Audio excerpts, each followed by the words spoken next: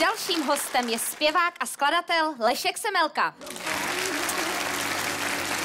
Dobrý večer, dobrý večer, dobrý večer.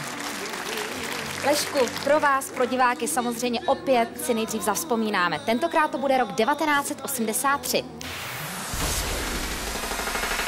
A kde teď jsou tvoje zvláštní jména, já měl rád. A kde teď jsou, jaká příštím ženám mám já dát. A kde teď jsou.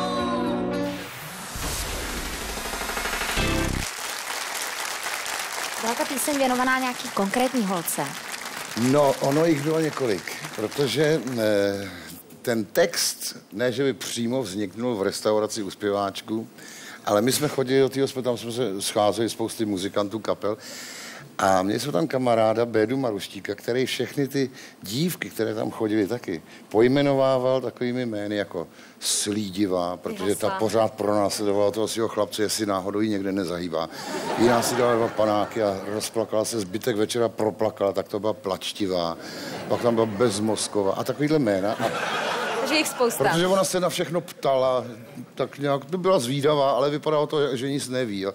Ale ten Pavel Vrba, který tam s náma chodil, samozřejmě tak to vnímal a vlastně ho to inspirovalo, akorát, že on tomu dal trošku poetičtější, takový ty indiánský jména, ale vlastně ten nápad dostal v té hospodě. Já myslím, že o téhle písničce se dá říct, že je vtíravá v tom nejlepším slova smyslu. Další jméno. Protože to je taková ta broukací píseň, jak si člověk celý den zpívá a brouká. Za takovou píseň vlastně každý interpret je rád.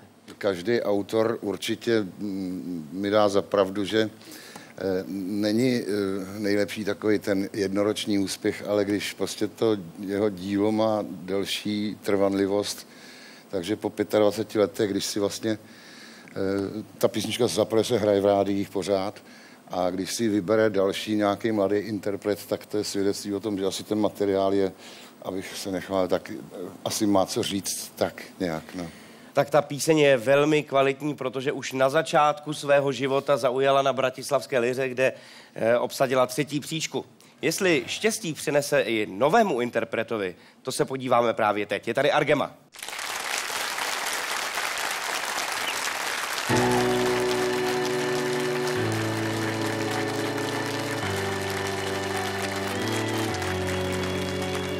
Já ti dal různá jména, tím jsem mírnil dlouhý čas. Byla jsi úsměvná a příští týden toulavá. Když jsem bláznil sténal, vzniklo jméno dávný vlas. Pak zas bez krve, to když jsem s tebou nespával. Tahle dávná jména dýchaj vůní různých údobí. Trochu sní to jmény indiánských žen. Trochu touha hrát si krásný únik pouhé rádoby. Já ti nikdy nedal jméno láska jen. A kde teď jsou tvoje zvláštní jména, já měl rád. A kde teď jsou, jaká příštím ženám mám já dát. A kde teď jsou.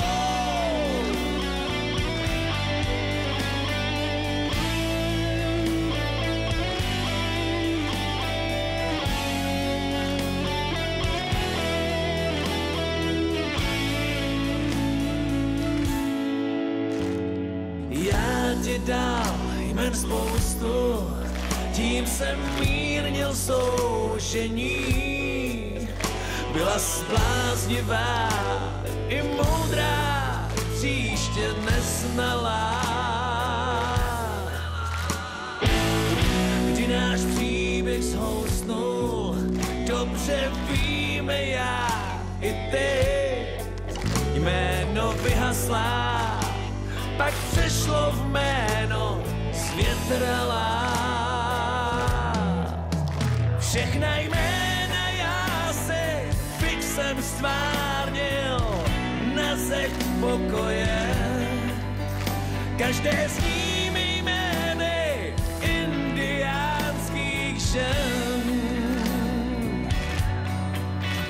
Tak si pláchla, kam si často zmarnil, moudře bez boje.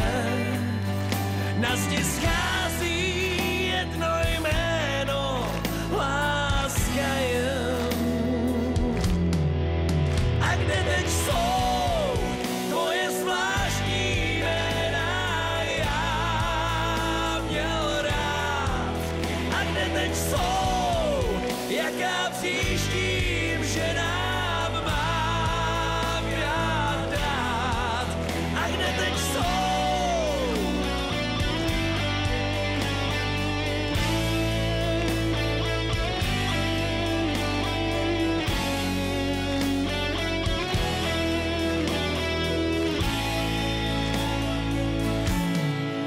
A kde teď jsou tvoje zvláštní jména, já měl rád.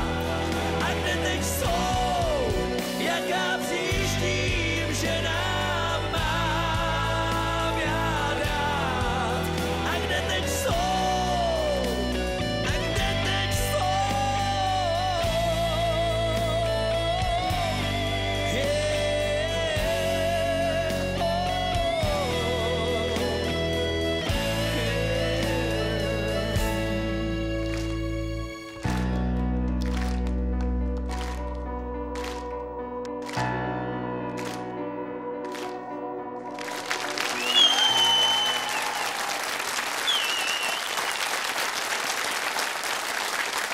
Argema z písní Leška Semelky Jména. Jak zaujala autora? Mně se to moc líbilo. A ještě chci říct, že je tady zvláštní moment, že Argema, jak jsem byl zjistil, hraje 25 let a ta píseň před 25 lety vznikla, tak je to takový zvláštní, takový poznatek tady jenom. Osud to byl asi. To je osudové a přímo fatální. Zdálo se to fatální také vám, Naďo? Jsem nadšená. Se hloupě smějete. Ne, to je v pohodě.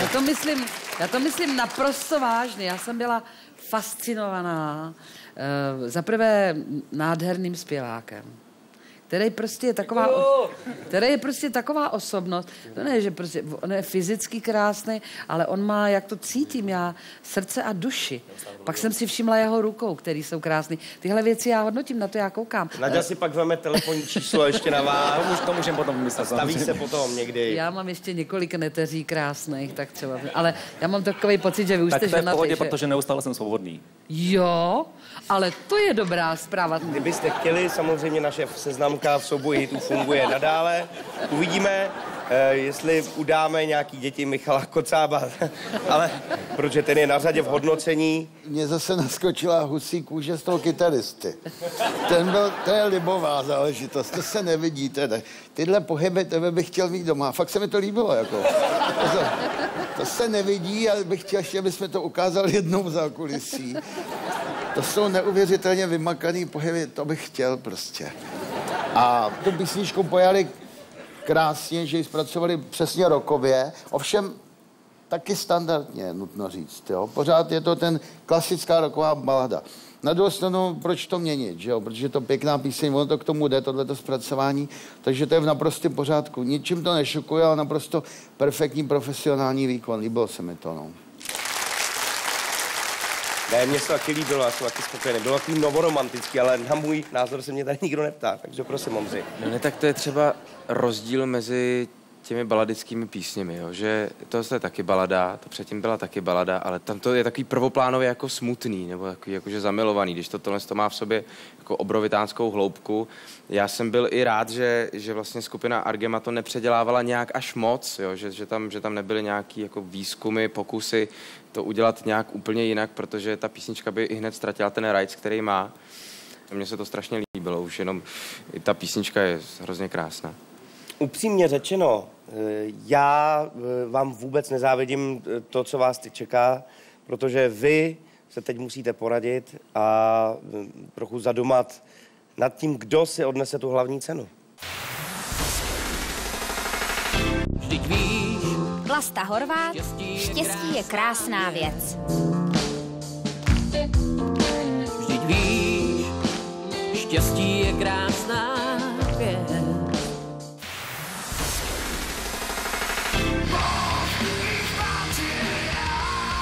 Arakain, maraton.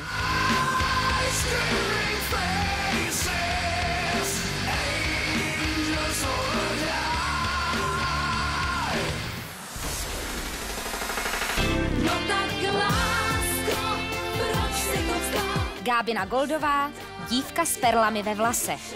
Lásko, na co je pláč, když to skončit má? Rybitví, ani tam to není špatný. Patrola Šlapeto, Rybitví. Tam je to celkem fajn. Pičinko, zomindřitka, skvěle složená kytka. Učitelka tanca má naučí, Heidi Janků, učitelka tanca. náručí, nám postačí len málo slov, keď sa v rytme tanga vznášam s ňou.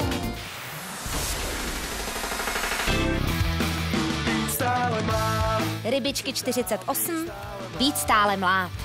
se 31 proti kalendáři. Jen mládí a nikdy stáří. A kde teď jsou? Argema, jména. Já měl rád. A kde teď jsou?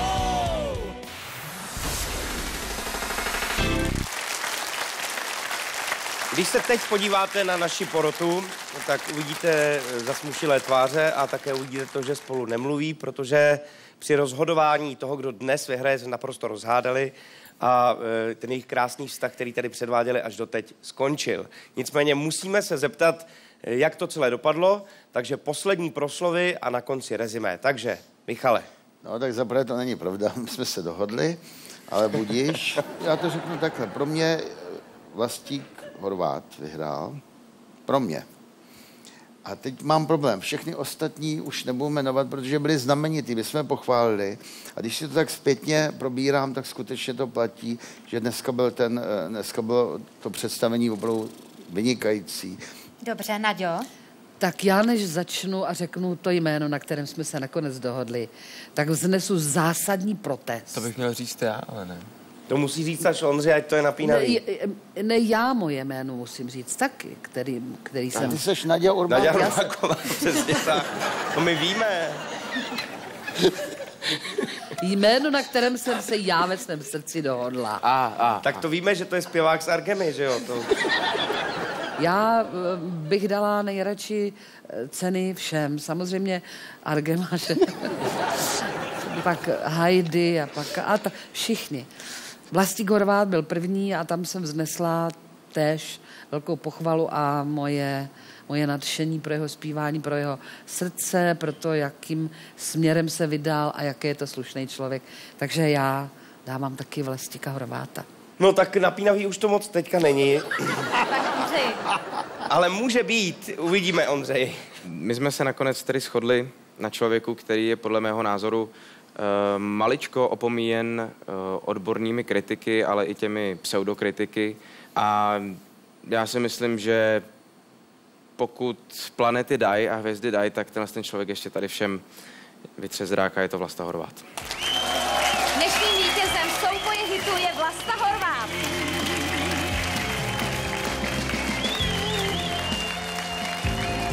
Děkujeme.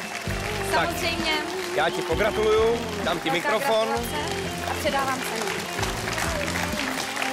Já samozřejmě strašně moc děkuju porotě za hezký slova, za to, že mi cenu udělili. Myslím si, že ta cena nepatří jenom mně. Řekl bych, že větší část té ceny patří jak autorovi, tak interpretovi, který to naspíval. Já už jsem to vlastně o tolik jakoby úplně zas neokořenil, jenom o svůj hlas. A jak to tak vypadá, tak je mi souzený chodit po soutěžích až do konce života a jestli to půjde takhle dál a budu to všude vyhrávat, tak by to možná nemuselo být špatně. Vítěz souboje hitů Vlasta Horváth.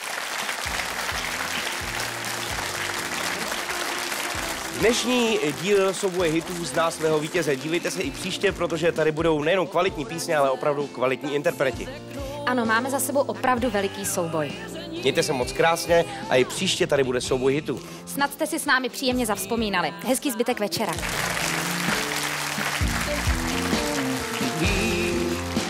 Štěstí je krásná věc. Štěstí je tak krásná a přepichová věc, ale prachy si za něj nekoupíš. Vždyť víš, štěstí je krásná věc. Vždyť víš, štěstí